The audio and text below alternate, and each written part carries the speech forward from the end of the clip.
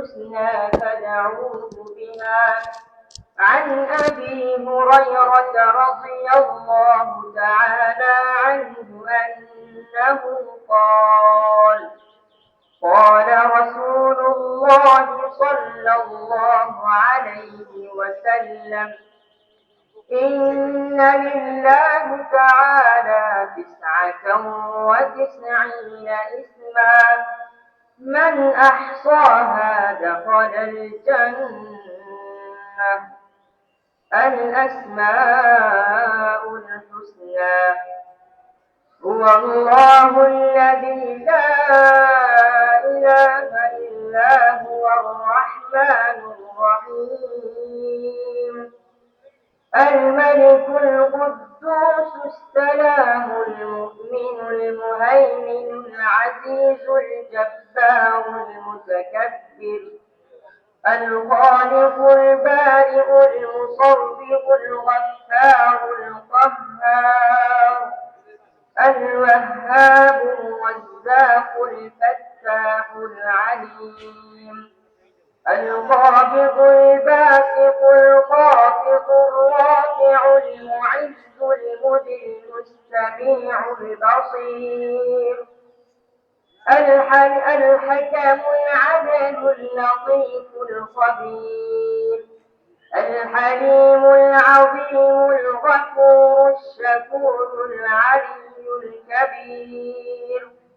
الحفيظ المقيت الحسيب الجليل الكريم الرقيب المجيب الواسع الحكيم الودود المجيد الباعث الشهيد الحق الوكيل القوي المتين الواجد الماجد الواحد الأحد الصمد القادر المقتدر المقدم المؤخر الأول الآخر الظاهر الباطن الوالي المتعالي البر التواب المنتقم العفو الرؤوف مالك الملك ذو الجلال والإكرام المقسط الجامع الغني المغني المانع الضار النافع النور الهادي البديع الباقي الوارث الرشيد الصبور.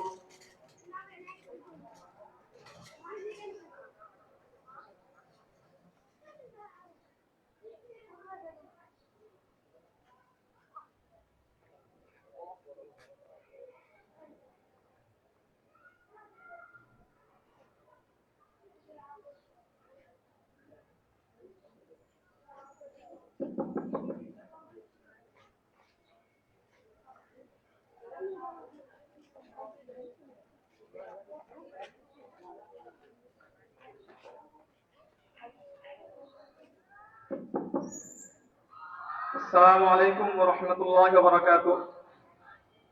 إن الحمد لله نحمده ونصلي على رسوله الكريم أما بعد فأعوذ بالله من الشيطان الرجيم بسم الله الرحمن الرحيم ما كان محمد أبا أحد من رجالكم ولكن رسول الله وخاتم النبيين وقال النبي صلى الله عليه وسلم وإنه سيكون في أمتي 30 كذابون كلهم يزعم أنه نبي وأنا خاتم النبيين। মুহতারাম হাজিরিন, রদিতু বিল্লাহি রাব্বান ওয়া বিল ইসলামি দীনা ওয়া বিমুহাম্মাদিন নাবিয়্যান ওয়া রাসূলা। মহান রব্বুল আলামিন আমাদের প্রভু, দুনিয়া ও আখিরাতে শান্তি সফলতা মুক্তির একমাত্র পথ ও পদ্ধতি পবিত্র ইসলাম হলো আমাদের ধর্ম। আল্লাহ জাল্লা জালালুহুর পবিত্র নামের সাথে জান্নাতে গিয়ে যেই নাম লিপিবদ্ধ আছে, দীর্ঘদিন কান্নাকাটির পর যেই নামের উসিলায় আল্লাহ আদম আলাইহিস সালামের তওবা কবুল করেছিলেন, আল্লাহর নৈকট্য প্রাপ্ত বান্দা আম্বিয়া কেরাম যার উম্মত হওয়ার আকাঙ্ক্ষা নিজেদের পক্ষে ধারণ করতেন, ওমুবাশশিরাম বিরাসূলিন ইয়াতি মিন বা'দি ইসমুহু আহমদ, পূর্ববর্তী সমস্ত আসমানী কিতাব সমূহে যার নাম ও গুণাবলী বিস্তারিত বিবরণ সহ বিদ্যমান, ইয়ারিফুনাহু কামা ইয়ারিফুনা আবনাআহুম, পৃথিবীর শুরুলগ্ন থেকে অদ্যাবধি এমনকি কিয়ামত পর্যন্ত প্রতিটি জাতির কাছে যার সুপরিচিতি নিজের সন্তানের চেয়ে অধিক স্পষ্ট, সমস্ত নবীদের অহংকার ইমামুল আম্বিয়া ওয়াল মুরসালিন সাইয়্যিদুস সাকলাইন রাহমাতুল লিল আলামিন খাতামুন নবিয়্যিন সর্বশেষ ও সর্বশ্রেষ্ঠ নবী মুহাম্মদুর রাসূলুল্লাহ সাল্লাল্লাহু আলাইহি ওয়াসাল্লামের উম্মত হওয়ার সৌভাগ্য প্রদান করেছেন। তাই আমাদের পিতামাতা, সন্তানাদি, ধন সম্পদ, এমনকি প্রাণের চাইতে আমরা আমাদের নবীকে অনেক বেশি ভালোবাসি। তার শান শওকত, মান ও মর্যাদা, ইজ্জত আবরু রক্ষার জন্য নিজের সর্বোচ্চ বিলীন করে দেওয়ার হলো ভালোবাসার দাবি। সুতরাং যদি কোনো গুস্তাখ রাসূল, যদি কোনো নবীর দুশমন নবীর শানের বেয়াদবি করেন, দুঃসাহস প্রদর্শন করেন, সেই কুলাঙ্গারের জিহ্বা গুলার থেকে টান দিয়ে ছুঁড়ে ফেলে দেওয়া হবে। সেই কুলাঙ্গারের জিহ্বা উপরে ফেলে দেওয়া হবে। প্যারা হাজরিন, রাসূলের বরত্ব, মহত্ব ও শ্রেষ্ঠত্বের বড় একটি কারণ হলো খতমে নবুয়্যতের সার্টিফিকেট। আল্লাহ তাআলা তাকে সর্বশেষ নবী হিসেবে প্রেরণ করেছেন। তার নবুয়্যত সর্বব্যাপী ও সর্বজনীন কিয়ামত পর্যন্ত অব্যাহত থাকবে। আল্লাহ তাআলা তার মাধ্যমে নবুয়্যতের দরজাকে চিরতরে বন্ধ করে দিয়েছেন। সূরাতুল আহজাবের 40 নং আয়াতে ইরশাদ হচ্ছে, ওয়ালাকিন রাসূলুল্লাহ ওয়া খাতামুন নবিয়্যিন, মুহাম্মদ সাল্লাল্লাহু আলাইহি ওয়াসাল্লাম সর্বশেষ নবী। এবং নবীজি বলেন, আনা খাতামুন নবিয়্যিন লা নাবিয়্যা বা'দি, আমি সর্বশেষ নবী, আমার পরে আর কোন নবী আসবে না। একটি সুন্দর উদাহরণের মাধ্যমে নবীজি বিষয়টিকে আরো স্পষ্ট করেছেন। সহিহ বুখারী 3535 নং হাদিস, নবীজি বলেন, ইন্না মাসালি ওয়া মাসালুল আম্বিয়া মিন ক্বাবলি, আমার এবং পূর্ববর্তী নবীদের দৃষ্টান্ত হলো ওই ব্যক্তির বিল্ডিং এর মতো যে চমৎকার আকৃতির দৃষ্টি নন্দন এক বিল্ডিং নির্মাণ করেছে, এত সত্ত্বেও একটি ইটের জায়গা ফাঁকা রেখেছে। অপূর্ণাঙ্গ সেই ফাঁকা জায়গা দৃষ্টিগোচর হতেই সকলে আফসোসের সাথে বলতেছিল, আল্লাহ উজিআত হাযিহিল লাবিনাতু, একটি ইট কেন বাকি রাখা হয়েছে? ঠিক তেমনি ভাবে আল্লাহ রাব্বুল আলামিন নবুয়তের যে বিল্ডিং এর নকশা তৈরি করেছেন, একের পর এক নবী প্রেরণ করার মাধ্যমে সেই বিল্ডিং পূর্ণতার তার প্রান্তে পৌঁছে দিয়েছেন। সর্বশেষ আমার নবীর মাধ্যমে সেই বিল্ডিং পূর্ণতায় পৌঁছে গেছেন। ফানাল লাবিনাতু, নবীজি বলেন, আমি হলাম সেই বিল্ডিং এর সর্বশেষ ইট, অর্থাৎ সর্বশেষ নবী। কিন্তু আফসোস, নবীজি একটি ভবিষ্যৎবাণী করে উম্মতকে সতর্ক করে গেছেন, ওয়া ইন্নাহু সায়াকুনু ফি উম্মতি 30 কাযাবুন কুল্লুহুম ইয়াজউমু আন্নাহু নাবিয়্যুন, অচিরে আমার উম্মতের মাঝে কুখ্যাত 30 জন কাযযাব মিথ্যুকের আবির্ভাব ঘটবে, যারা প্রত্যেকেই নিজেকে নবী বলে দাবি করবে।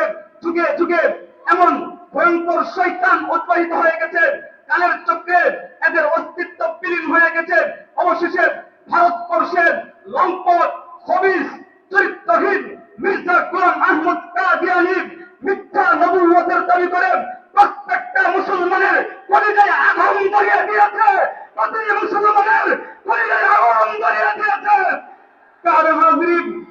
প্যারা হাজরিন, শতাধিক মুসলিম রাষ্ট্রে তাদেরকে রাষ্ট্রভাবে কাফের ঘোষণা করা হয়েছে। এই ক্যান্সার জনিত ভাইরাস আমার দেশে মরণ চুমল আঘাত হেনেছে।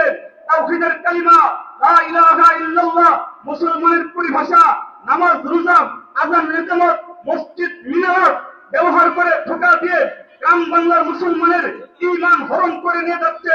সঙ্গত কারণে আজ বাংলার প্রতিটি প্রান্তে প্রান্তে নবী প্রেমিকদের ঐক্যবদ্ধ এক আওয়াজ উত্তোলন হয়েছে। এভাবে মুসলমানদের ঈমান ধ্বংস হতে দেওয়া যায় না। খতমে নবুয়তের সিংহাসনকে তারা ব্যবসা করার অপরাধ বরদাস্ত করা যায় না। লক্ষ কোটি মুসলিম জনতা ঘরে বসে আঙ্গুল চুষার সময় এখন আর নাই। এক দফা এক দাবি, কাদিয়ানীদের সকল ষড়যন্ত্রমূলক কার্যক্রম বন্ধ করে রাষ্ট্রীয়ভাবে অনতিবিলম্বে কাদিয়ানীদেরকে কাফের ঘোষণা করতে হবে। কাফের ঘোষণা করতে হবে। যদি প্রয়োজন হয় মাথায় কাপড়ের কাপড় বেঁধে 1,000 লক্ষের বিনিময় হলেও রাষ্ট্রীয়ভাবে কাদিয়ানীদেরকে কাফের ঘোষণা করে ছাড়বো, করে ছাড়বো। প্রয়োজনে যদি মাথায় কাপড়ের কাপড় বাঁধতে হয় তাহলে রাজি আছেন তো ইনশাল্লাহ? যদি আরেকটি রণাঙ্গন কাজ করতে হয়, কারবালার ইতিহাস আবার রচনা করতে হয়, কারা কারা রক্ত দিতেন প্রস্তুত আছেন? আজ উত্তোলন করে দেখান, আজ উত্তোলন করে দেখান।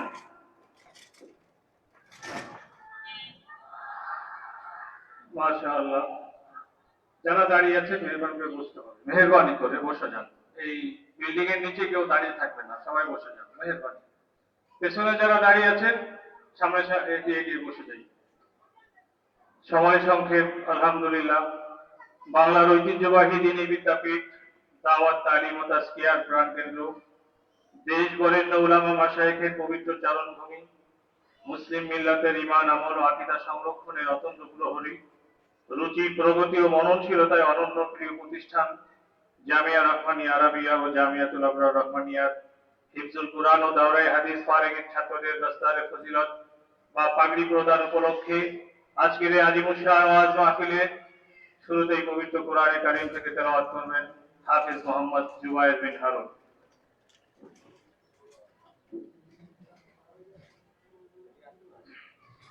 আসসালামু আলাইকুম ওয়া রাহমাতুল্লাহি ওয়া বারাকাতুহু। কোরআনে কারীম তিলাওয়াতের বিশেষ তিনটি ফজিলত ও গুরুত্বপূর্ণ দুটি আদব রয়েছে।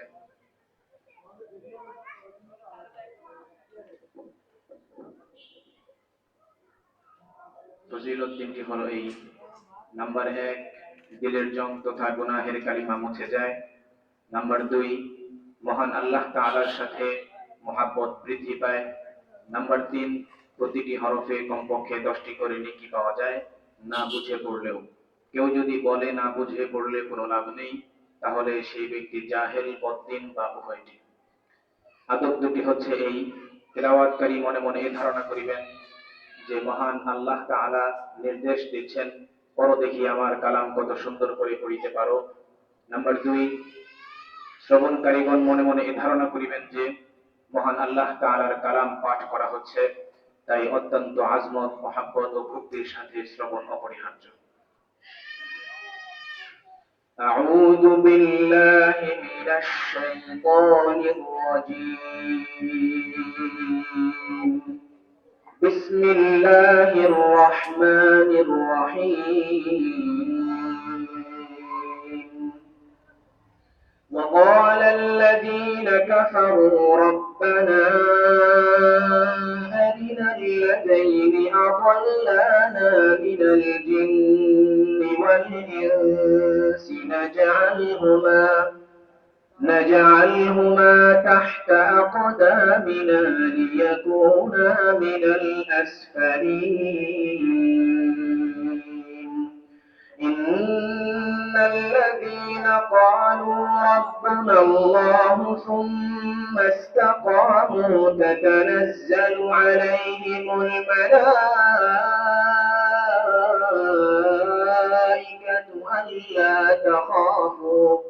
ألا تخافوا ولا تحزنوا وأبشروا بالجنة التي كنتم توعدون.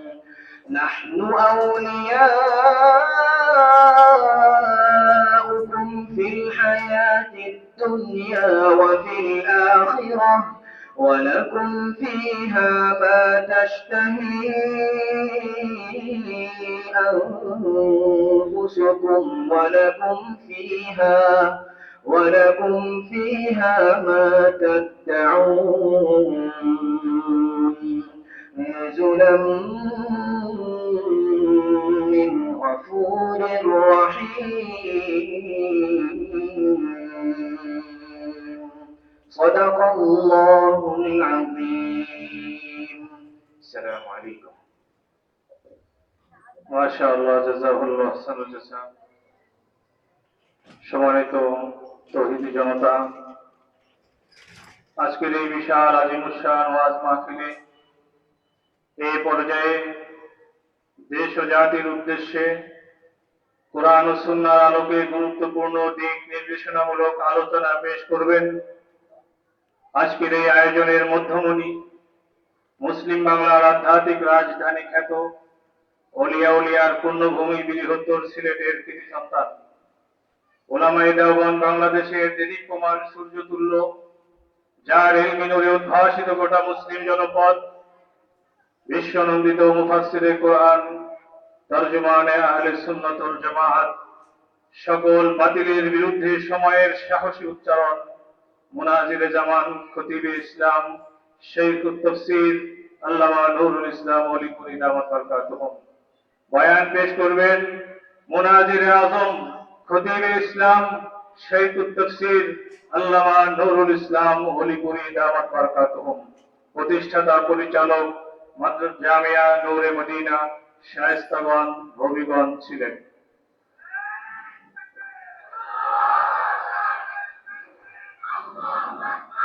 হুজুরের নির্দেশে হুজুরের লেখা বর্তমান সময়ের একটি আলোচিত বই ইসলামী ঐক্যের রূপরেখা আমাদের এই গেটে পাওয়া যাচ্ছে।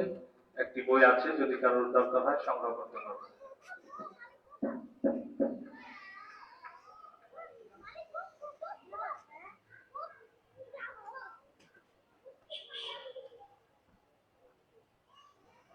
الحمد لله نحمده ونستعينه ونستغفره ونؤمن به ونتوكل عليه ونعوذ بالله من شرور أنفسنا ومن سيئات أعمالنا من يهده الله فلا مضل له ومن يضلله فلا هادي له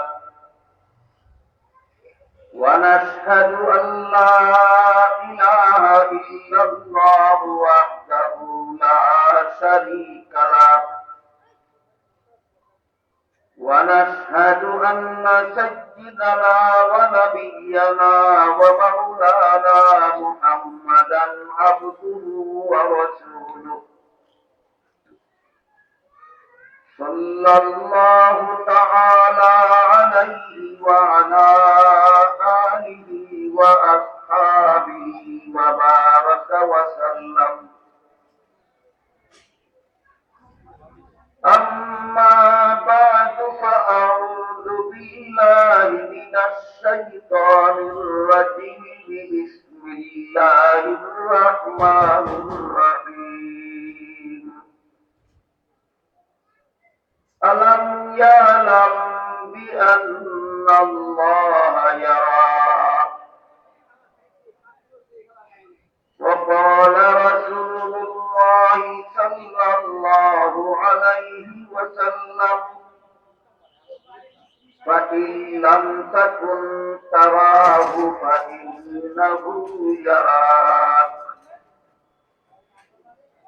أو كما قال عليه الصلاة والسلام.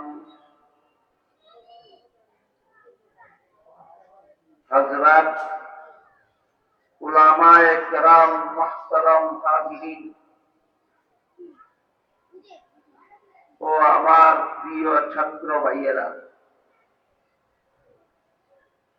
আমি আশা করি আপনারা জানেন যে আজকের এই মুবারক সমাবেশের আয়োজন একটা ইসলামী শিক্ষা প্রতিষ্ঠান মাদ্রাসার পক্ষ থেকে করা হয়েছে।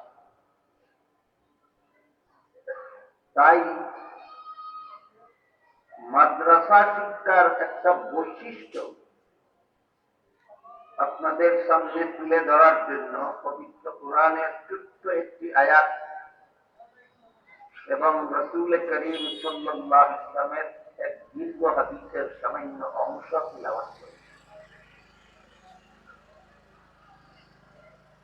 দুনিয়াতে যত রকমের শিক্ষা আছে, সমস্ত শিক্ষার উপর মাদ্রাসা শিক্ষা তথা ইসলামী শিক্ষা একটা আলাদা বৈশিষ্ট্য আছে, যেটা দুনিয়ার আর কোন শিক্ষার মধ্যে নেই। সেই বৈশিষ্ট্যটা মাদ্রাসায় পড়নেওয়ালা ছাত্রদেরও জানা দরকার। আলেমগণের তো আমি মনে করি জানাই আছে, বিশেষত সর্বস্তরের মুসলমানদের জানা দরকার যে জগতের সকল শিক্ষার উপর মাদ্রাসা শিক্ষার একটা মহামূল্যবান বৈশিষ্ট্য আছে। সেটা হলো একমাত্র মাদ্রাসা শিক্ষা, এর এই শিক্ষার বৈশিষ্ট্য হলো এটা জবাবদিহিতামূলক শিক্ষা। এই জবাবদিহিতামূলকের মর্ম হলো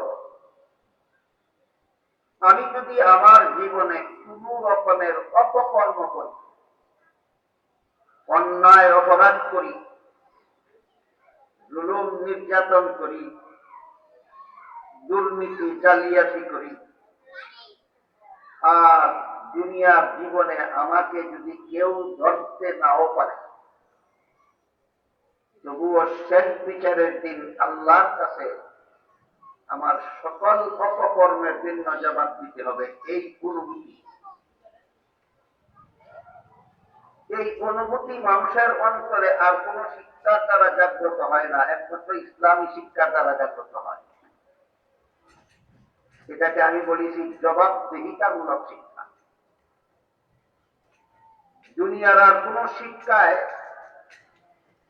এই অনুভূতি শিক্ষার্থীদের অন্তরে জাগ্রত হয়, শিক্ষকদের অন্তরেও জাগ্রত হয় যে আমি যদি কোনো দুর্নীতি করি, কোনো জালিয়াতি করি, কোনো অন্যায় অপকর্ম করি, আর দুনিয়াতে কেউ যদি আমাকে ধরতে নাও পারে, তবুও শেষ বিচারের দিন আল্লাহর কাছে জবাব দিতে হবে।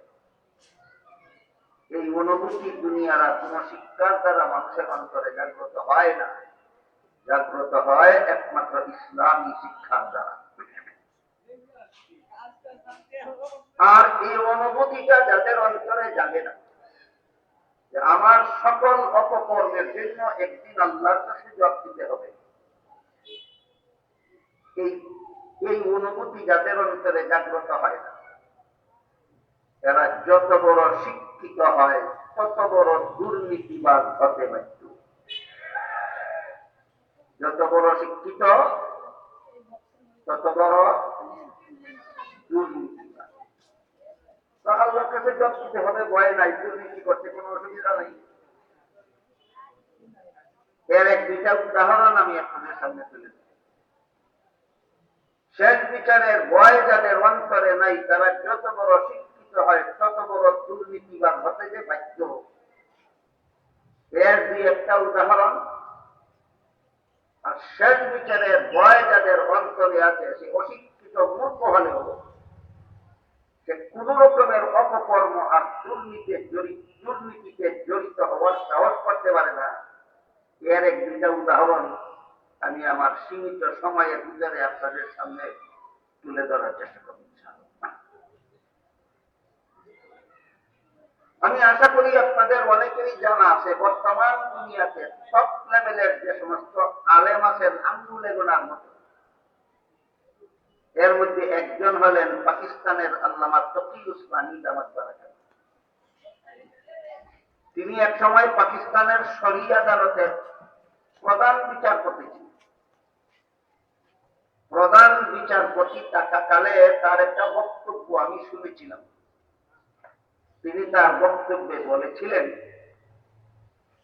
যে আমি যেহেতু এই আদালতের প্রধান বিচারপতি, তাদের চোরের শাস্তির হুকুম দেওয়া আমার দায়িত্ব।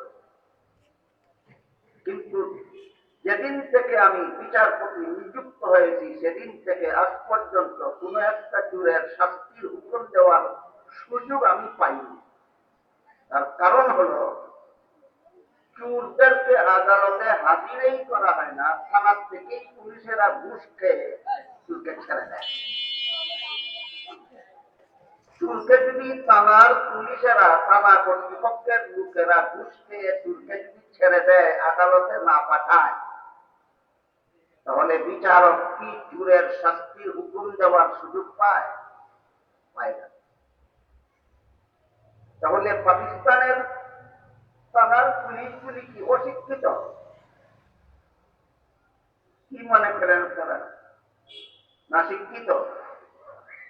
শিক্ষিত পুলিশের দল দেশের দুর্নীতি চুরি চামারি বন্ধ করার জন্য, চোরকে বিচারের জন্য আদালতে হাজির করে না, ঘুষ খেয়ে ছেড়ে যায়। অশিক্ষিত হওয়ার কারণে না, শিক্ষার আসল বৈশিষ্ট্য অর্জন না হওয়ার কারণে। শিক্ষার আসল বৈশিষ্ট্য হলো আমার যাবতীয় দুর্নীতির জন্য, যাবতীয় জালিয়াতির জন্য, যাবতীয় অপকর্মের জন্য একদিন আল্লাহর কাছে জবাব দিতে হবে।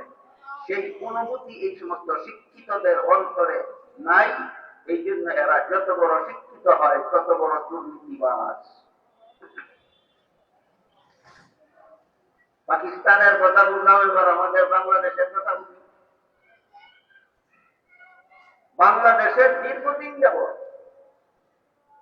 রাষ্ট্রীয় ক্ষমতায় যেতে পারে পালাক্রমে দুটি দল, প্রধান দুটি দল পালাক্রমে রাষ্ট্রীয় ক্ষমতায় যায়। একবার এই দল, একবার ওই দল। তৃতীয় কোন দল বাংলাদেশের রাষ্ট্রীয় ক্ষমতার ধারে কাছে যেতে হলেও দুই দলের কোন এক দলের লেজে ধরতে হবে। তারা হলো যারা লেজুর ভিত্তির রাজনীতি করে, তাদের স্বভাব। হয়তো এই দলের লেজে ধরে গদির ধারে কাছে যায়, না হয় ওই দলের লেজে ধরে গদির ধারে কাছে। লেজুর ভিত্তি যারা স্বয়ং সম্পূর্ণভাবে রাষ্ট্রীয় ক্ষমতায় যেতে পারে পালাক্রমে দুটি মাত্র দল। প্রথম দল গদিতে গেলে বলে দ্বিতীয় দল গদিতে থাকাকালে দেশটা লুটে পুটে খেয়েছে। দ্বিতীয় দল গদিতে গেলে বলে প্রথম দল দেশটা লুটে পুটে খেয়েছে। বলে কিনা? আমি জিজ্ঞেস করি, উভয় দল যদি সত্য কথা বলে থাকে তাহলে আসলে ঘটনাটা কি হয়েছে? বুঝেন নাই কথা? এই দলে কয় এই দলে দেশটা লুটতে খাইছে, এই দলে কয় এই দলে দেশটা লুটতে খাইছে। দুটো দলে সত্য কয়ে তাহলে কি হয়েছে?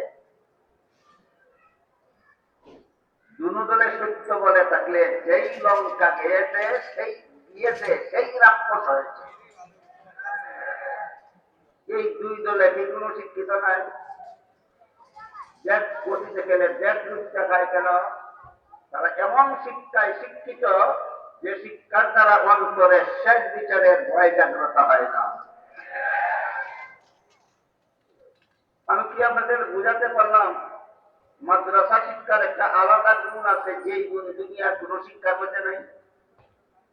এই গুণটা কি? জবাবদিহিতামূলক শিক্ষা। একমাত্র ইসলাম শিক্ষা।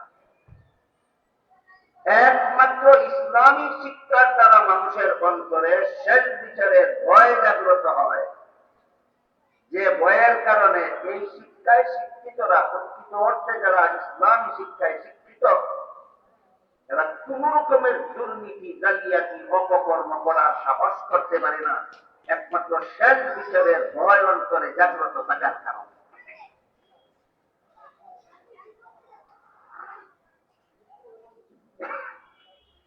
আর যদি দুটো দলে মিথ্যা বলে থাকে, যদি উভয় দল সত্য বলে থাকে, তাহলে উভয় দলেই বলতে গেলে দেশ লুটে থাকে। আর যদি উভয় দলই মিথ্যা বলে থাকে, তাহলে এরা মিথ্যার রাজনীতি করে। উভয় দল যদি মিথ্যা বলে থাকে, তাহলে এরা কিসের রাজনীতি করে? সত্যের রাজনীতি করে না মিথ্যার রাজনীতি করে? এই মিথ্যার বেশাতি কেন রাজনীতিতে?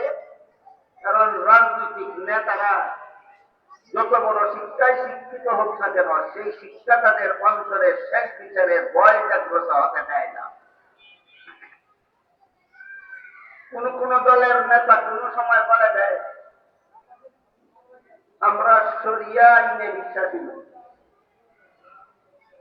শরিয়া আইন মানে কি? ইসলামের বিধিবিধান। শরিয়া আইন মানে কি? ইসলামের বিধিবিধান। ইমানে মুজমালের শেষ কথায় আপনারা সকলে আমি আশা করি শিখে এসেছেন, ওয়াকাবিল জামিয়া আহকাম, আল্লাহর যাবতীয় বিধিবিধান মেনে নিয়ে আমি ইসলাম গ্রহণ করলাম। কি পরিমাণ বিধান, আল্লাহর কি পরিমাণ বিধান মেনে নিয়ে আপনি মুসলমান হলেন? সমস্ত বিধিবিধান। তাহলে যারা এই বিধিবিধানে বিশ্বাসী নয়, তারা কতটুকু মুসলমান? যেই ব্যক্তি ইসলামের বিধানেই বিশ্বাসী, তাহলে সে শেষ বিচারের দিন তার অপকর্মের জন্য আল্লাহর কাছে জবাব দিতে হবে, সেই কথা বিশ্বাস করবে কেন? এই সমস্ত শিক্ষিতরাই যত বড় শিক্ষিত হয়, তত বড় দুর্নীতিবাদ হতে পারে।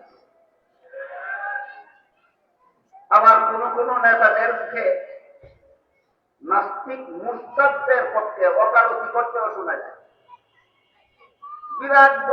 বিরাট বড় দলের বড় নেতা মুরতাদ বাউলদের বিরুদ্ধে যারা অবস্থান নিয়েছে তারা অন্যায় করেছে বলে বক্তব্য প্রদান করে। বাংলায় একটা কথা আছে, লাল কুকুর শিয়ালের ভাই। আল্লাহর বিরুদ্ধে যারা কটূক্তি করে এরা শিয়াল, রাসূলের বিরুদ্ধে যারা কটূক্তি করে এরা শিয়াল, ইসলামের বিরুদ্ধে যারা কটূক্তি করে তারা শিয়ালের মতো, নবীর বিবিগণের বিরুদ্ধে যারা কটূক্তি করে তারা শিয়ালের মতো, আর এদের পক্ষে যারা ওকালতি করে এরা লাল কুত্তা। বাংলা ভাষায় বলে লাল কুকুর শিয়ালের ভাই। যেই বাউল আল্লাহর বিরুদ্ধে কটূক্তি করেছে সে হলো এক মুরতাদ। এই মুরতাদের পক্ষ যারা যারা অবলম্বন করেছে সবগুলি লাল কুকুর শিয়ালের ভাই। আমাদের সিলেটে আর একটা কথা বলে, সেটা হলো চুরে চুরে খালাতো ভাই, 3 চুরে হালি, 1 চুরে বিয়া করে আরেক চুরের স্বামী। চুরে চুরে খালাতো ভাই, 3 চুরে হালি, হালি দেন 4টা কলায় কি হয় এই হালি হালি। আমাদের সিলেটি ভাষায় বলে চুরে চুরে খালাতো ভাই, 4টা চুরে হালি হয় না, এদের 3 চুরে হালি হয়। 1 চুরে বিয়া করে আরেক চুরের স্বামী। এক মুরতাদে আল্লাহর বিরুদ্ধে কটূক্তি করে, আরেকজন মুরতাদের সমর্থন করে, আরেকজন মুরতাদ নেতা বলে যারা এদের বিরোধিতা করে এরা অপরাধ করে। যেটা চুরে চুরে খালাতো ভাই, 3 চুরে হালি, 1 চুরে বিয়া করে আরেক চুরের স্বামী। এই সমস্ত শিয়াল এবং লাল কুত্তাদের অন্তরে একদিন আল্লাহর কাছে জবাবদিহি করতে হবে, সেই ভয় কি আছে? অশিক্ষিত হওয়ার কারণে না শিক্ষিত হওয়া সত্ত্বেও? কেন এত বড় শিক্ষিত হয়ে আল্লাহর কাছে জবাব দেওয়ার ভয় নাই কেন? এটা তাদের শিক্ষার বৈশিষ্ট্যই না, এটা একমাত্র ইসলামী শিক্ষার বৈশিষ্ট্য। যারা মানুষের অন্তরে শেষ বিচারে আল্লাহর কাছে জবাব দেওয়ার ভয় জাগ্রত হয়, এই জন্য একমাত্র ইসলামী শিক্ষা হল জবাবদিহিতামূলক শিক্ষা।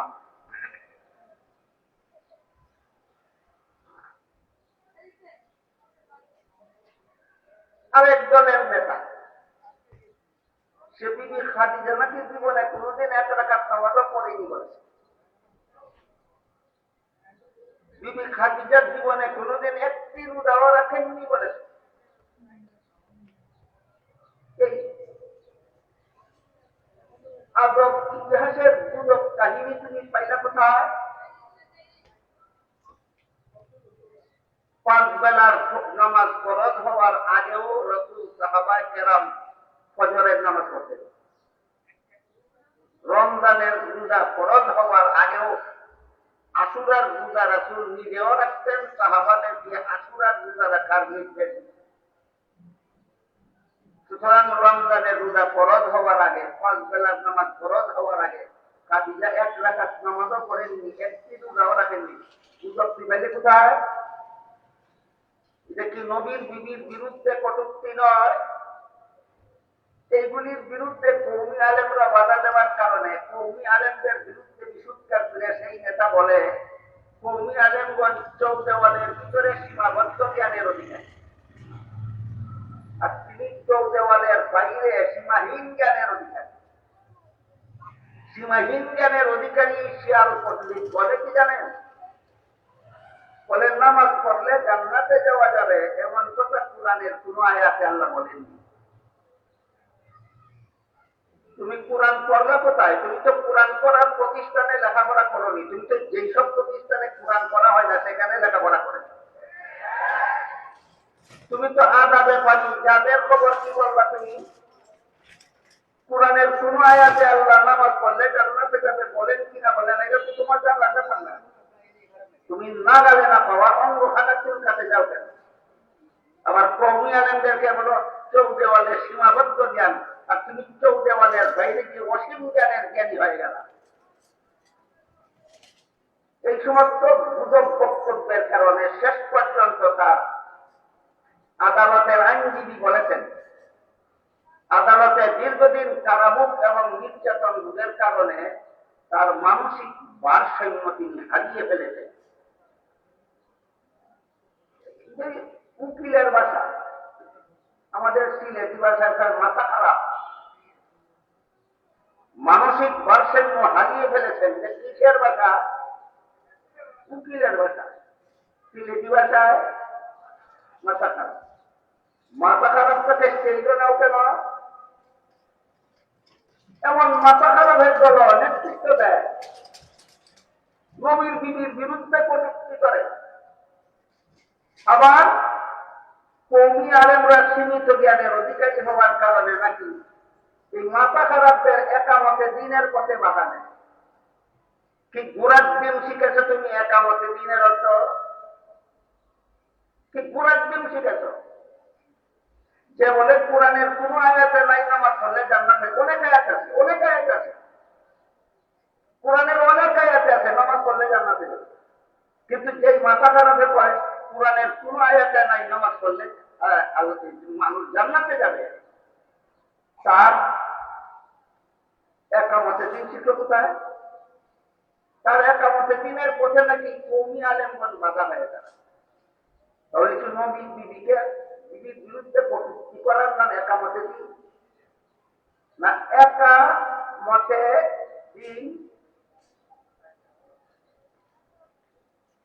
নবীর বিবির বিরুদ্ধে কটূক্তি করার নাম একামতে দিন? না একামতে দিন নামাজ পড়লে জান্নাতে যাওয়া যাবে এমন কথা কোরআনে নাই বলা। একামতে দিন না একামতে দিন?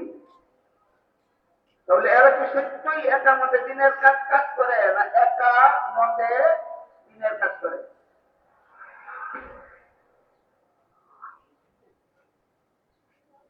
এই জন্য বলেছিলাম শেষ বিচারের ভয় যাদের অন্তরে নাই, তারা কোন রকমের অপকর্ম করছে দ্বিধাবোধ করে না, আল্লাহর বিরুদ্ধে কটূক্তি করতে দ্বিধাবোধ করে না, নবীর বিরুদ্ধে বিশুদ্ধার করতে দ্বিধাবোধ করে না, নবীর বিধিগণের বিরুদ্ধে কটূক্তি করে দ্বিধাবোধ করে। কেন? শেষ বিচারের ভয় অন্তরে নাই। এই জন্য বলেছিলাম যার অন্তরে শেষ বিচারের ভয় নাই, সে যত বড় শিক্ষিত হবে তত বড় দুর্নীতিবাজ হতে বাধ্য। একামতে দিন কাকে বলে? এই যে ঘোষণা হলো আমার লিখিত বই, একটা ইসলামী ঐক্যের রূপরেখা, সেখানে আমি কোরআন হাদিসের দলিল সম্মতভাবে বিস্তারিত উল্লেখ করে দিয়েছি একামতে দিনের কথা। একামতে দিন নয়, একামতে দিন আমার বই উল্লেখ। তবে বই সম্পর্কে আমার একটু কথা আছে আপনাদের মধ্যে। বই আমি লিখি অথবা আমার বক্তব্য সংকলন অন্যরা করে, কিন্তু আমি ছাপি না, অন্যরা নিজেদের খরচে চাপে। এই জন্য লাভ লোকসান তাদের, আমার কোনো লাভ লোকসান নেই। তাদের কেউ মনে করবেন না যে আমার বই বিক্রির মাধ্যমে আমার কোনো ব্যবসা হয়। আমার এখানে এক পয়সা ব্যবসা নেই। শুধু আপনাদের অবগতির জন্য বলে দিলাম যে আমার ইসলামী ঐক্যের রূপরেখা বই একামতে দিন কাকে বলে লেখা আছে। একামতে দিনের মন গড়া ব্যাখ্যা দিও না, মুসলমানকে বিভ্রান্ত করলো না, আর গুমরা বানাইও না। এবার আমি আপনাদের সামনে দু একটা উদাহরণ তুলে ধরতে চাই, যার মাধ্যমে আমরা বুঝতে পারি যে শেষ বিচারের ভয় যাদের অন্তরে থাকে তারা কোন রকমের অপকর্মে লিপ্ত হওয়ার সাহস করতে পারে না। এই ভয়টা মানুষের অন্তরে জাগ্রত করার জন্য আল্লাহ পাক রব্বুল আলামিন কোরআনের বিভিন্ন আয়াতে, বিভিন্ন শব্দে, বিভিন্ন ভঙ্গিতে বলে দিয়েছেন আল্লাহ সর্বদাই তোমাদের দেখেন। এর মধ্যে এক আয়াতে আল্লাহ বলেন আলাম ইয়ালাম আন্নাল্লাহ ইয়ারা। আল্লাহ কি জানে না আল্লাহকে দেখেন?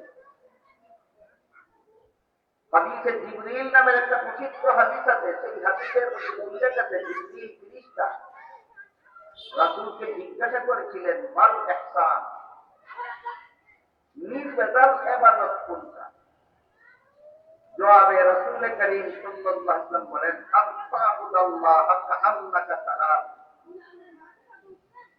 কোন বর্ণনায় আছে তাআবুদা শব্দ, কোন বর্ণনায় আছে তাআমালা শব্দ, কোন বর্ণনায় আছে তাআলা শব্দ। সবগুলির সমষ্টিগত মর্ম হলো বান্দা সদা সর্বদা আল্লাহর সামনে আছে এবং আল্লাহ সদা সর্বদা বান্দার সামনে আছে। তোমার সামনে আছেন সর্বদাই আল্লাহ। তোমার দৃষ্টিশক্তির অভাবে তুমি আল্লাহকে দেখো। এই অভাব পরকালে মুমিন বান্দার চোখে আল্লাহ রাখবেন না। পরকালে সমস্ত মুমিন বান্দাদের চোখে আল্লাহকে দেখার মতো পাওয়ার দিবেন। যখন রাসূল করিম সাল্লাল্লাহু আলাইহি ওয়াসাল্লাম হাদিস শরীফে বলেছেন, তখন সমস্ত মুমিন বান্দারা আল্লাহকে পূর্ণিমার চন্দ্রের চেয়েও আরো বেশি পরিষ্কার ভাবে দেখতে পাবে। দুনিয়াতে মানুষের চোখে আল্লাহকে দেখার মতো আল্লাহ পাওয়ার দেন না, একটা বিশেষ কৌশলগততা। সেই কৌশলটা কি? সেটা হলো আল্লাহকে দেখে ঈমান আনলে ঈমান করুন। যদি দুনিয়াতে আপনার চোখে আল্লাহকে দেখার মতো পাওয়ার দিতেন, অবশ্যই আপনি আল্লাহকে দেখতেন, কিন্তু তখন আপনার ঈমানটাই কবুল হতো না। তাই ইচ্ছাকৃত ভাবেই দুনিয়াতে কোনো মানুষের চোখে আল্লাহকে দেখার মতো পাওয়ার আল্লাহ দেন না। কেন? আমাদের ঈমানটা গ্রহণযোগ্য হওয়ার কারণে। নিজেদেরকে বলুন তো, দুনিয়াতে আমার চোখে আল্লাহকে দেখার মতো পাওয়ার না দিয়ে আমাকে বঞ্চিত করলেন না ঈমান কবুল হওয়ার ব্যবস্থা করলেন? এই কথাটাও তো বোঝা দরকার। না বুঝলে আল্লাহ দিনে আমাদের শুকরিয়া আদায়ের মানসিকতা তৈরি হবে। রাসূল করিম সাল্লাল্লাহু আলাইহি ওয়াসাল্লাম বলেন, আনতা আবুদাল্লাহ কাআন্নাকা তারাহু ফা ইন লাম তাকুন তারাহু ফা ইন্নাহু ইয়ারাক। এর মর্ম হলো আল্লাহ সদা সর্বদা তোমার সামনে আছেন, শক্তির অভাবে দেখো না। আর তুমিও সদা সর্বদা আল্লাহর সামনে আছো।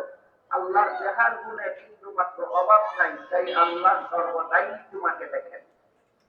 আল্লাহ সর্বদাই আমাকে দেখেন। এই যে একটা বিশ্বাস, সমস্ত মুমিন মুসলমানের বিশ্বাস যে আল্লাহ সর্বদা সর্বাবস্থায় আমাকে দেখেন। এবার বলুন তো, যে অন্তরে বিশ্বাস করে আল্লাহ আমাকে সর্বদা দেখছেন, সর্বাবস্থায় দেখছেন, তার কি অপকর্ম করার সাহস থাকতে পারে? আল্লাহ আমাকে দেখতেছেন মনে করার বিশ্বাস জাগ্রত থাকলেও কি চুরি করার সাহস করতে পারে? ডাকাতি করার, সুদ খাওয়ার, দুধ খাওয়ার, মদ খাওয়ার, গাঁজা খাওয়ার, দুর্নীতি করার, জালিয়াতি করার সাহস থাকতে পারে না? আল্লাহ আমাকে দেখতেছেন, এই বিশ্বাস যদি অন্তরে জাগ্রত থাকে। কিন্তু ঘটনা হলো, এই বিশ্বাসটা বেশিরভাগ মুসলমানের অন্তরে জাগ্রত থাকে না, তাকে ঘুমন্ত। এই জন্য সুদপুর বিশ্বাস করে আল্লাহ দেখতেছেন, তারপরও বিশ্বাস। ঘুষপুর বিশ্বাস করে আল্লাহ দেখেন, তারপরও বিশ্বাস। মদপুর বিশ্বাস করে আল্লাহ দেখেন, তারপরও মদ খায়। দুর্নীতিবাজ বিশ্বাস করে আল্লাহ দেখেন, তারপরও দুর্নীতি করে। আমার কথা বুঝে থাকলে বলুন, আল্লাহ দেখেন, এই বিশ্বাসটা জাগ্রত থাকার কারণে অপকর্মের সাহস পায় না, ঘুমন্ত। এর একটি উদাহরণ দিচ্ছি। ধরুন আপনার দেয়াল যারা বাড়িতে রাতে যেন চুর ঢুকতে না পারে, সেজন্য আপনি বেতন গুলিয়ে একজন পাহারাদার আপনার গেটে বসে রাখেন। বলুন তো, পাহারাদার গেটে বসা থাকলে চুর ঢুকতে পারবে? পারবে না। কিন্তু সেই পাহারাদার যদি সারা রাত আপনার গেটের সুপায় বসে বসে ঘুমায়, কি করে পাহারাদার? ঘুমায়। এবার চুর ঢুকতে পারবে কিনা? পাহারাদার বসা আছে, চুর ঢুকে কিভাবে? এই প্রশ্নের যেই জবাব, মুমিনে বিশ্বাস করে আল্লাহ দেখতেছেন, দুর্নীতি করে কিভাবে? ওই প্রশ্নের সেই জবাব। পাহারাদার বসা আছে, চোর ঢুকে, পাহারাদার ঘুমন্ত থাকার কারণে মুমিন বিশ্বাস করে আল্লাহ আমাকে দেখে, তারপর অপকর্ম করে বিশ্বাস ঘুমন্ত থাকার কারণে। এই বিশ্বাস আল্লাহ আমাকে দেখতেছেন সদা সর্বদা, এই বিশ্বাস অন্তরে জাগ্রত করার মতো আর কোন শিক্ষা দুনিয়াতে নাই, একমাত্র ইসলামী শিক্ষা ছাড়া। তাই কোরআনে আল্লাহ বলেছেন আলাম ইয়ালাম বিআন্নাল্লাহ ইয়ারা। হাদিস শরীফে রাসূল বলে দিয়েছেন ওয়া ইল্লাম তাকুন তারাহু ফাইন্নাহু ইয়ারা। তুমি যদি আল্লাহকে দেখো না, আল্লাহ কিন্তু সব অবস্থায় তোমাকে দেখে। বিশ্বাস জাগ্রত করো, বিশ্বাস জাগ্রত করো। এবার আমরা বোঝার চেষ্টা করবো আল্লাহ আমাকে দেখেন, যত অপকর্মই করি না কেন, যে আল্লাহ সারা জীবন ভর আমার অপকর্মগুলি দেখতেছেন, সেই আল্লাহ একদিন আমাকে জিজ্ঞাসা করবেন এগুলি কেন করেছিল বলো। সেই দিন আল্লাহর কাছে কি জবাব দেব? এই ভয় যদি অন্তরে জেগে উঠে, তাহলে তার ইমানেও বেদাল থাকে না, তার আমলেও বেদাল থাকে না, তার সংসারের কাজেও বেদাল থাকে না, তার ধর্ম হয় নির্বেদাল, তার সংসারও হয় নির্বেদাল। এবার এর একটি উদাহরণ দিচ্ছি যে আল্লাহ আমাকে দেখছেন, এই বিশ্বাস যদি অন্তরে জাগ্রত থাকে, তাহলে কিভাবে অপকর্মের সাহস থাকে না। এর একটি উদাহরণ হলো হযরত ইউসুফ আলাইহিস সালামের ঘটনার একটি অংশ। এক সময় হযরত ইউসুফ আলাইহিস সালামের প্রেমে পাগল হয়ে জুলাইখা যখন ইউসুফকে তার দিকে আকৃষ্ট করতে ব্যর্থ হয়, বল প্রয়োগেই ইউসুফ আলাইহিস সালামের সাথে অপকর্ম করার ব্যবস্থা করেছে। রাজকীয় ভাবে একটা খাস কামরা সাজিয়েছিল। সেই খাস কামরায় হযরত ইউসুফ আলাইহিস সালামকে নিরিবিলি নিয়ে গিয়েছিল, যেখানে ইউসুফ এবং জুলাইখা ছাড়া দুনিয়ার আর কোনো মানুষ ছিল না। ইউসুফ সেখানে ঢুকে দেখলেন কামরার এক পাশে জুলাইখা পর্দা দ্বারা কোনো একটা কিছু ঢেকে রেখেছে। ইউসুফ জুলাইখাকে জিজ্ঞেস করলেন, কামরার এক পাশে পর্দা দ্বারা তুমি কি দেখে রেখেছ? জুলাইখা বলে, আমি যেই মূর্তিটার পূজা করি সেইটা দেখে রেখেছি। ইউসুফ আলাইহিস সালাম জিজ্ঞাসা করলেন, তুমি তো এটার পূজাই করো, দেখে রাখলা কেন? জুলাইখা বলে, আমি এখন তোমার সাথে জিনা করব, কাজেই যেই মূর্তির পূজা করি তার সামনে জিনা করতে আমার লজ্জা হয়, এই জন্য দেখে রেখেছি। ইউসুফ বললেন, তোমার পূজার মূর্তির সামনে আমার সাথে জিনা করতে লজ্জা হয় বলে দেখে রেখেছ, তাহলে তার সামনে জিনা করলে কি তোমার মূর্তিটা দেখবে? না দেখে তার সামনে জিনা করলেও দেখবে না। ইউসুফ বলেন, তাহলে তো এটাকে ডাকলেও দেখে না, না ডাকলেও দেখে না, তাহলে ডাকার কি দরকার ছিল? এটাকে তো ডাকলেও দেখে না, না ডাকলেও দেখে না, এটা ডাকলা কেন? তখন জুলাইখা বলে, যদিও আমার মূর্তি দেখে না, কিন্তু যে কারিগর মূর্তিটা নির্মাণ করেছে সে মূর্তির চোখের মধ্যে দেহার ভঙ্গি দিয়া নির্মাণ করছে, চক্ষু বন্ধ অবস্থায় নির্মাণ করেছে, তাকানো অবস্থায় নির্মাণ করেছে, তাই চোখের মধ্যে দেখার একটা ভঙ্গি আছে। এই ভঙ্গিটার কারণেই তার সামনে তোমার সাথে জিনা করতে আমার লজ্জা হয়। ইউসুফ আলাইহিস সালাম বললেন, তোমার মূর্তির চোখের মধ্যে শুধু দেখার ভঙ্গি আছে, আসলে দেখেন, তারপরও যদি এটার সামনে আমার সাথে জিনা করতে তোমার লজ্জা হয়, আমার আল্লাহ যে আসলেই দেখে, তার সামনে জিনা করতে কি আমার লজ্জা হয় না? তোর মূর্তি দেখে না, শুধু চোখের মধ্যে দেখার ভঙ্গি আছে, ভঙ্গিটার কারণেই যদি তার সামনে আমার সাথে জিনা করতে তোর লজ্জা হয়, আমার আল্লাহ তো দেখার ভঙ্গি করে না, আমার আল্লাহ তো আসলেই দেখে, সেই আল্লাহর সামনে তোর সাথে জিনা করতে কি আমার লজ্জা হয় না? বলে তাকে বলুন তো, আল্লাহ আমাকে দেখে এই অনুভূতি ঘুমন্ত থাকার কারণে ইউসুফ জিনার থেকে বাঁচতে পেরেছিলেন, না জাগ্রত থাকার কারণে? এই অনুভূতি মানুষের অন্তরে জাগ্রত হয় না দুনিয়ার কোন শিক্ষার দ্বারা, একমাত্র ইসলামী শিক্ষা ছাড়া। আমার আল্লাহ দেখে, এই অনুভূতি জাগ্রত হওয়ার শিক্ষা যদি দুনিয়াতে কোন শিক্ষা থাকে, সেটা একমাত্র ইসলামী শিক্ষা, সেটা একমাত্র মাদ্রাসা শিক্ষা। আরেকটা উদাহরণ, হযরত উমর ফারুক রাদিয়াল্লাহু তাআলা আনহু যখন রাসূলের দ্বিতীয় খলিফা নিযুক্ত হন, ইসলামের পরিভাষায় খলিফা বলা হয়, আমাদের সমাজের প্রচলিত রাজনৈতিক ভাষায় প্রধান শাসনকর্তা বলা হয়। তাহলে আমি যে বাংলা ভাষায় বলি, হযরত উমর যখন রাসূলের প্রতিষ্ঠিত রাষ্ট্রের দ্বিতীয় প্রধান শাসনকর্তা নিযুক্ত হলেন, দেশের শাসনকর্তার সাথে ধর্ম, বর্ণ নির্বিশেষে সমস্ত নাগরিকের 6টা মৌলিক অধিকার আছে। সরকারের কাছে জনগণের 6টা অধিকার আছে। এই অধিকার দিতে পারলে রাজনীতি করা, আন্দোলন করা, গদি দখল করা হালাল। যারা জনগণের 6 অধিকার দিতে পারে না অথবা দিতে চায় না, এদের জন্য রাজনৈতিক আন্দোলন করা হারাম, রাজনৈতিক দল করা হারাম, গদি দখল করা হারাম, গদিকে ফেরাউনের মতো কামড় দিয়ে বসে থাকা হারাম।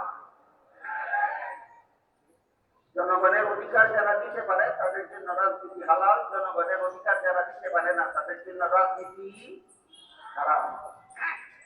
আমি দুঃখিত, এত লম্বা কথা বলার সময় না। সমস্ত জনগণের অধিকার আছে সরকারের কাছে। সরকার, আর যদি সরকার মুসলমান হয় তাহলে মুসলমান নাগরিকের অধিকার আছে সরকারের কাছে আরেকটা আলাদা কর্তব্য।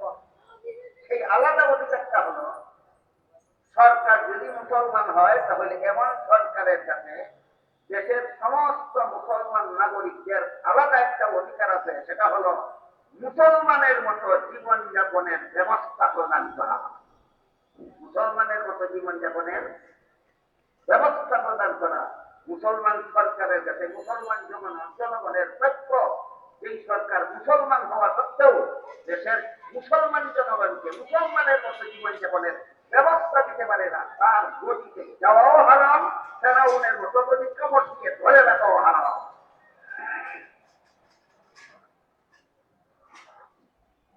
আর যে 6টা অধিকার মুসলমান ও মুসলমান নির্বিশেষে সমস্ত নাগরিকের, সেই 6 অধিকারের প্রথম নম্বর অধিকার হল খাদ্য ব্যবস্থা। কোন জনগণের কেউ যেন অনাহারে থাকতে না হয় সেই ব্যবস্থা করা সরকারের কাছে সমস্ত জনগণের প্রাপ্য অধিকার। 6 অধিকারের প্রথমটা কি? খাদ্য ব্যবস্থা। প্রথমটা কি? তাই উমর রাষ্ট্রপ্রধান নিযুক্ত হওয়ার সাথে সাথে বের হয়ে গেলেন, আমার দেশের জনগণ খাদ্য সঠিকভাবে পাচ্ছে কিনা আমার তদন্ত করা দরকার। তদন্ত করতে গিয়ে পেলেন একটা বিধবা মহিলা, তার স্বামী মারা গেছে, উপার্জন করার কেউ নাই করে তার এতিম বাচ্চারা খাদ্যের অভাবে পেটের খিদায় কান্নাকাটি করতেছে। খলিফা উমর বিধবা মহিলাকে অবস্থা জিজ্ঞেস করলেন, কি অবস্থা তোমার, কেন তোমার বাচ্চারা কাঁদে? এই মহিলা উমরকে আর দেখেনি জীবনে, জীবনে চিনতে পারে। মহিলা উমরকে একজন সাধারণ মুসাফির মনে করেছে। তাই মহিলা আসল কষ্টের আসল জবাব দেওয়ার আগে বলে, শুনেছি উমর খলিফা নিযুক্ত হয়। এই লোকটা মুসলমানদের শাসনকর্তা হওয়ার অযোগ্য। বিধবা মহিলা খলিফা উমরকে না চিনে মুসাফির মনে করে বলে, এই লোকটা মুসলমানদের শাসনকর্তা হওয়ার অযোগ্য। শব্দ বেশি উমর জিজ্ঞেস করলেন, কেন অযোগ্য? বলে, আমার স্বামী মারা গেছে, উপার্জনের কেউ নাই, আমিও ক্ষুধার্ত, আমার তিন বাচ্চারাও ক্ষুধার্ত, এদেরকে খাদ্য দিতে পারছি না বলে এরা কান্নাকাটি করতেছে। এটা খবর নেওয়া উমরের উপর খরচ ছিল, খবর নিতে আসলো না। এইটা মুসলমানের শাসনকর্তা হওয়ার যোগ্য নয়। তুমি একজন মুসাফির আসছো আমার তিন বাচ্চা খাদ্য কিনা খবর নেওয়ার জন্য, তুমি এই দেশের খলিফা হওয়ার দরকার ছিল। খলিফা উমর বিধবার কথা শুনে আর কিছু বললেন না, গোলামকে নিয়ে ঢুকলেন সরকারি খাদ্যগুলো। ঢুকে গোলামকে বললেন, আটার বস্তা আমার ঘাড়ে উঠিয়ে দাও। গোলাম বলে, আমার মতো গোলাম আপনার সাথে থাকা অবস্থায় আটার বস্তা প্রেসিডেন্টের ঘাড়ে উঠাই দিব? খলিফা উমর বলে, এই গোলাম, কাল হাসরের মাঠে আল্লাহ যখন জিজ্ঞেস করবেন যেই দেশের শাসনকর্তা উমর ছিল সেই দেশের একটা বিধবা মহিলা তার এতিম বাচ্চাদেরকে নিয়ে এক রাত্রি উপবাসী ছিল, কেন জবাব তুই দিবি? জবাব তুই দিবি? গোলাম বলে, না হুজুর, এমন প্রশ্নের জবাব আমি কেমন করে দেব? উমর বলেন, তাইলে বোঝা গেল দায়িত্বটা তোর নয়, দায়িত্বটা আমার। আমার দায়িত্ব আমাকেই পালন করতে দেন। পরকে ঘেরে গিয়ে গোলাম আটার বস্তা প্রেসিডেন্টের ঘাড়ে উঠাইয়া দিতে পারত। প্রেসিডেন্ট আটার বস্তা ঘাড়ে করে লেবারের মতো চলেছেন বিধবা মহিলার বাড়ির পানি। আর গোলাম খালি হাতে নবাবের মতো সাথে চলেছে।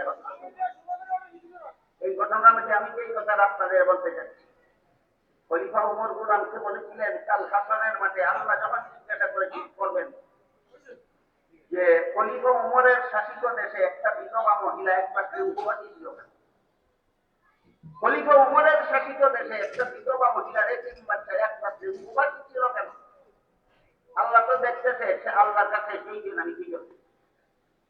বলেন তো, আধার বস্তা ঘাড়ে নিয়ে উপবাসী বিধবা মহিলার করে প্রেসিডেন্টের পক্ষে পৌঁছে দেওয়ার মতো অনুভূতি কোন অনুভূতির দ্বারা জাগ্রত হলো? শেষ বিচারে দিন আল্লাহর কাছে বিজয় দিব।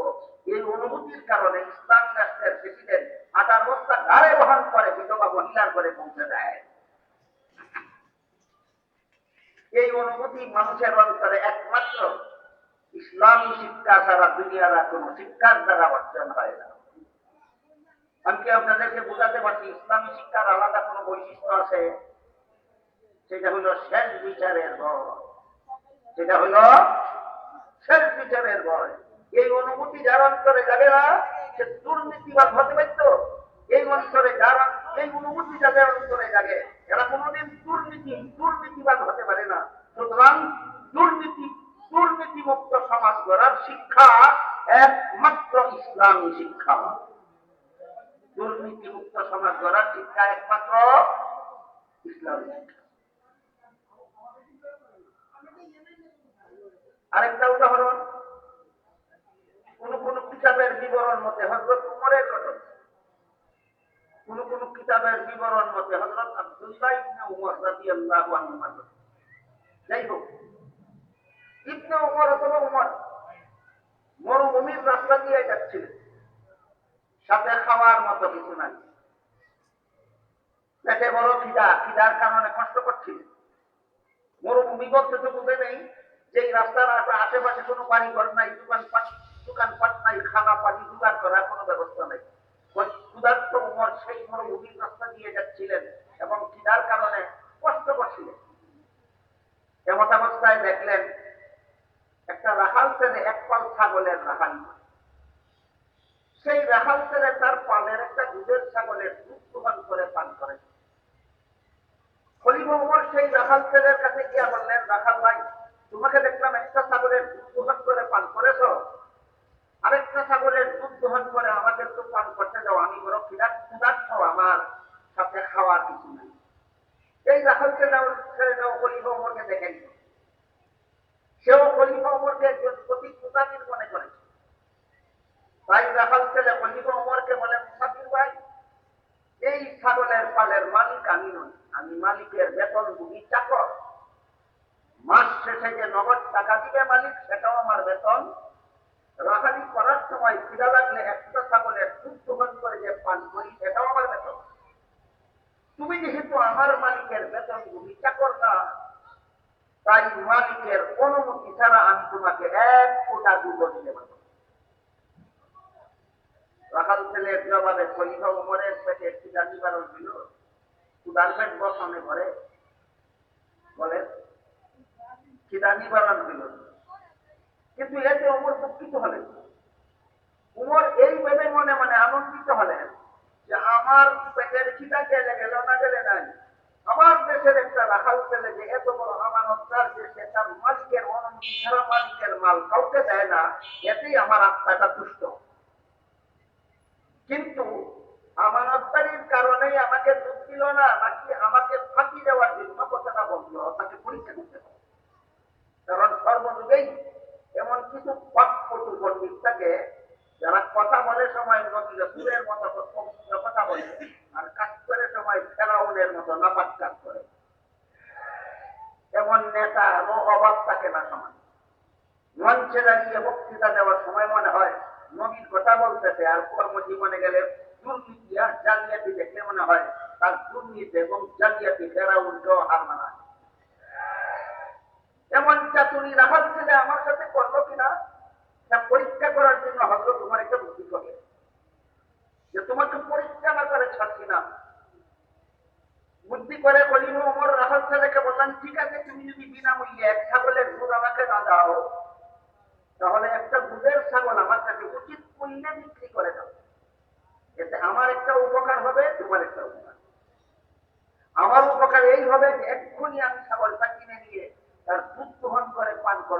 খিদা নিবারণ হবে, আর তোমার উপকারেই হবে। মালিক যে বেতন দিব তো দিবই, তুমি এক ছাগলের মূল্য বেতনের অতিরিক্ত পাইবা, এটা তোমার উপকার। এই কথা বলার সাথে সাথে রাখাল ছেলে খলিফা উমর চিনে না মুসাফির চুক্তাকে? খলিফা উমর চিনে না, রাখাল ছেলে মুসাফির চুক্তাকে বলে, মুসাফির মিয়া তোমার কথা মতো একটা দুধের ছাগল তোমার কাছে বিক্রি করে আমি যদি পয়সাটা আত্মসাৎ করে দিই, মালিক যখন পালের ছাগলগুলি কোনে দেখবে ছাগল একটা কম, তখন তো তোমাকে জিজ্ঞেস করবে না ছাগল একটা কম কেন, আমি রাখালি করি আমাকেই জিজ্ঞেস করবে ছাগল একটা কম কেন, মালিককে কি করবে?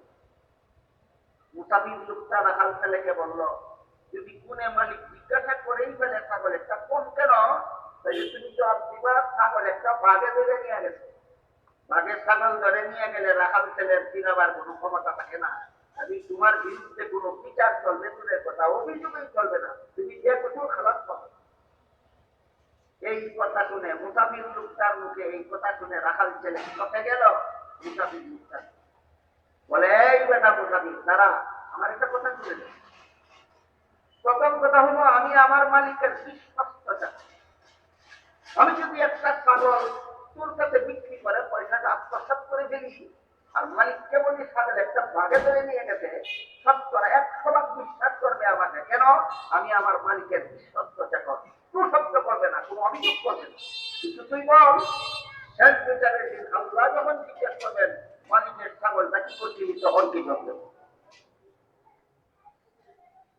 বুঝাতে বলুন তো, খলিফা ওমরের দেশের একটা মূর্খ রাখাল ছেলে দুর্নীতির দিকে বাঁচতে পারলো কোন ভার্সিটির শিক্ষার কারণে? না একমাত্র ইসলামী শিক্ষায় তার অন্তরটা আলোকিত হওয়ার কারণে। তাইলে দুর্নীতি মুক্ত সমাজ গড়ার শিক্ষা একমাত্র ইসলামী শিক্ষা। ইসলামী শিক্ষা ছাড়া যত দেশ যত বড় বেশি শিক্ষিত হবে, তত দেশ তত দুর্নীতিতে লিপ্ত হতে বাধ্য। ইসলামী শিক্ষা ছাড়া যত ব্যক্তি যত বড় শিক্ষিত হবে, তত বড় দুর্নীতিবাদ হতে পারে।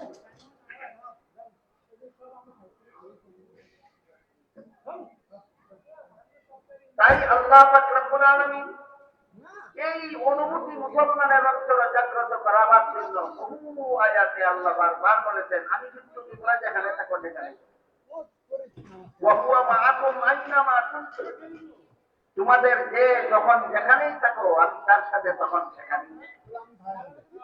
একবার সাহাবায়ে কেরাম জিজ্ঞেস করলেন, আল্লাহ থাকেন কোথায়? যদি আমাদের ধারে কাছে থাকেন তাহলে আস্তে আস্তে দোয়া করলে ও আল্লাহ শুনবে, আর যদি আল্লাহ আমাদের থেকে অনেক দূরে থাকেন তাহলে এমন দূরে চিৎকার দিয়ে দোয়া করতে হবে যেন আল্লাহ শুনতে পারেন। প্রশ্নের জবাবে আল্লাহ আয়াত নাযিল করে বলেন, ওয়া ইযা সাআলাকা ইবাদি আন্নী ফা ইন্নী করিব উজিবু দাওয়াতাদ দাঈ ইযা দাআন ফালইস্তাজিবু লি ওয়াল ইউমিনু বি লাআল্লাহুম ইয়ারশুদুন। আমার বান্দারা আপনাকে জিজ্ঞেস করে আমি আল্লাহ তাকে কোথায়, বলে দিন প্রত্যেকটা বান্দার কাছে কাছে থাকি। একায়তে বলেন, মা মিন নাজওয়া সালাসাতিন ইল্লা হুয়া রাবিউহুম ওয়ালা খামসাতিন ইল্লা হুয়া সাদিসুহুম ওয়ালা আদনা মিন যালিকা ওয়ালা আকসারা ইল্লা হুয়া মাআহুম। তোমাদের কোন তিন ব্যক্তি যদি চুপে চুপে কথা বলে আল্লাহ তাদের সাথে সেখানেও থাকেন, কোন পাঁচ ব্যক্তি যদি কানে কানে কথা বলে আল্লাহ তাদের সাথে সেখানেও থাকেন।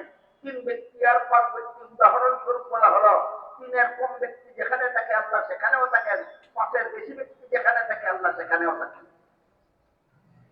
তাহলে আপনারা এখানে তিনজন না পাঁচজন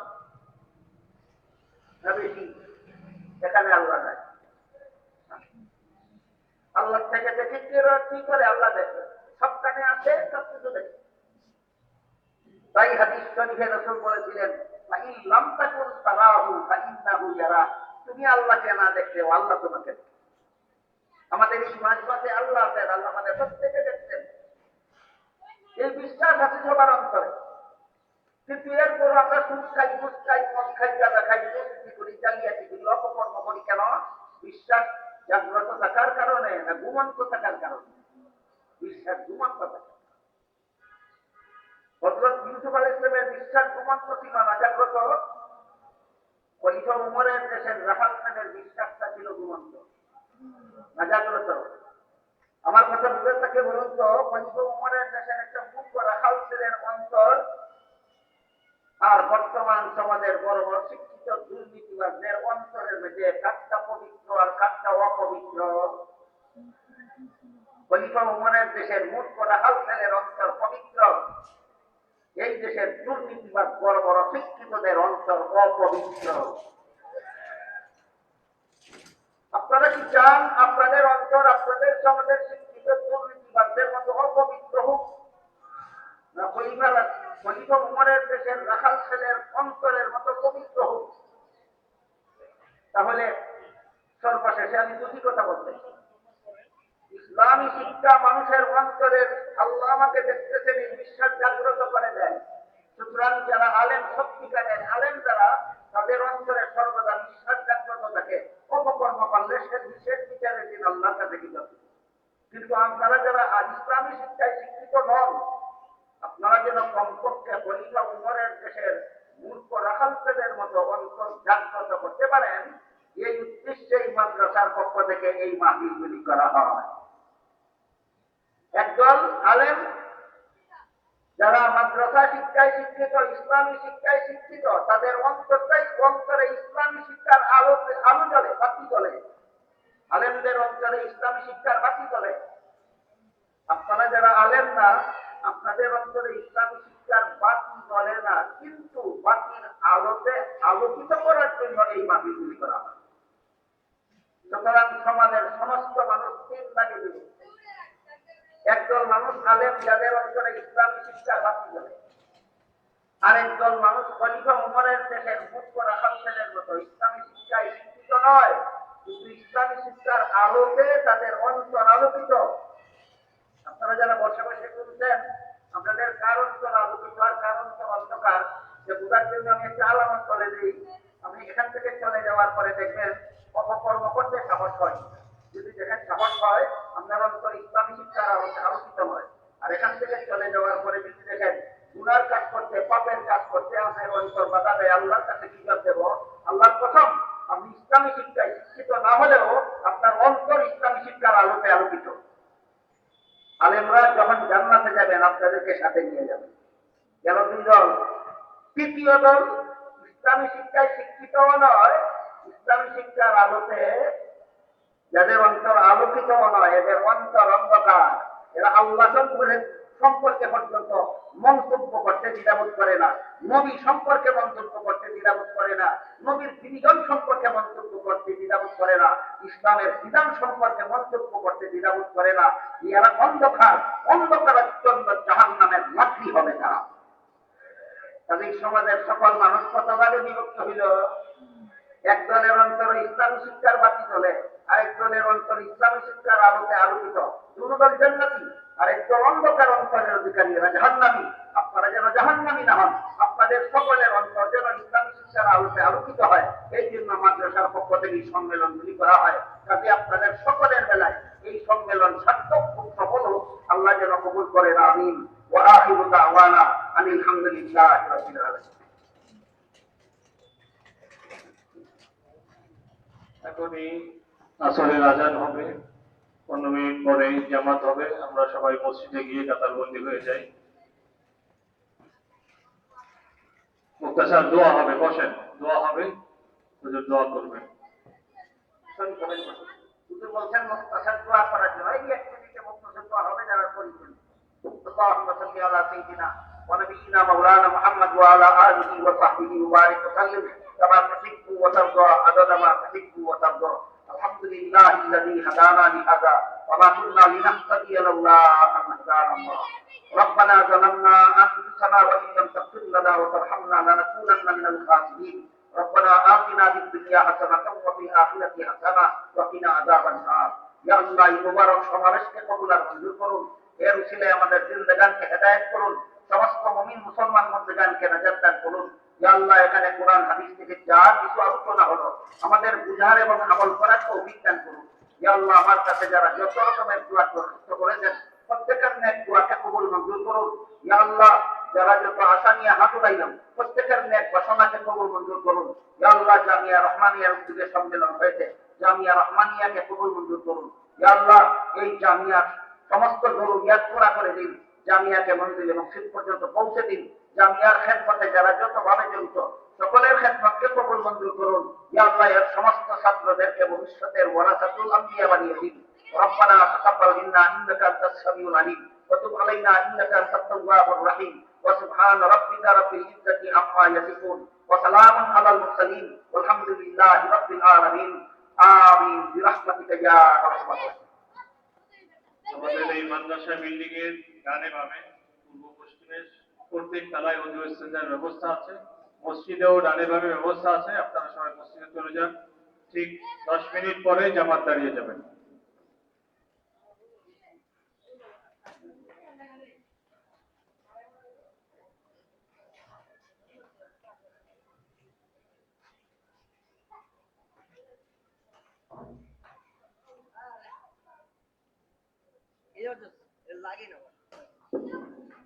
হুজুর বয়ানের মধ্যে যে বইটার কথা বলেছেন, ইসলামী ঐক্যের রূপরেখা, এই বইটি আমাদের মাদ্রাসায় প্রবেশের যে মেইন গেটের কাছে টেবিলে পাওয়া যায়।